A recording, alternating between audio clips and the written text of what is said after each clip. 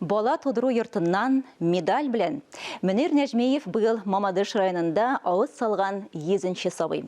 Таисыр төленең юбилей кысаларында ул зур хөрмәтләүгә лаек булды. Тантаналы чарадан безнең репортаж.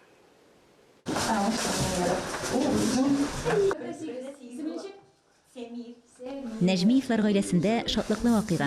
Лилия белән Фидаилнең уллары Мөнир туды.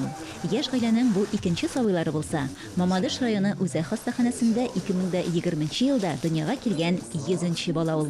Гаиләне тәбрикләргә Мамадыш районы башкарма комитеты җитәкчесенең урынбасары Муса Хуҗажанов, ЗАГС бүлеге җитәкчесе Ландыш Шәйхетдинова да килгәннәр иде.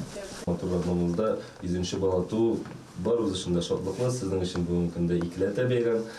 Шуңа күрә сезгә бар сәламәтлек, балаларга сәламәтлек, гаиләгә тынычлык, иминлек булсын. Шулай итеп, матур итеп, тагын да күп балалар алып килеп, әйткәнемчә, күп кенә хезмәт программалары бүгенге көндә эшләп килә. Шуңа күрә Алла бирсәһә, сертификат аласыз булачак, материнский капитал. Аннан сездә күп төрле программаларга эшләр өчен дә күп уңайлыклар тудырылган бүгенге көндә. Муса Хуҗажанов яшьләрне икенче уллары туу белән тәбрикләп, Таисырның 100 еллык истәлегенә медале һәм истәлекле бүләк тапшырды.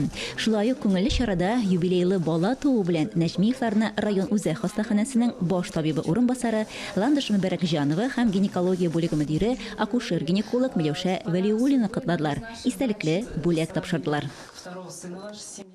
Желаем крепкого здоровья мамочке, малышу, отцу очень много сил, здоровья тоже, для того, чтобы поднимать на ноги своих детей.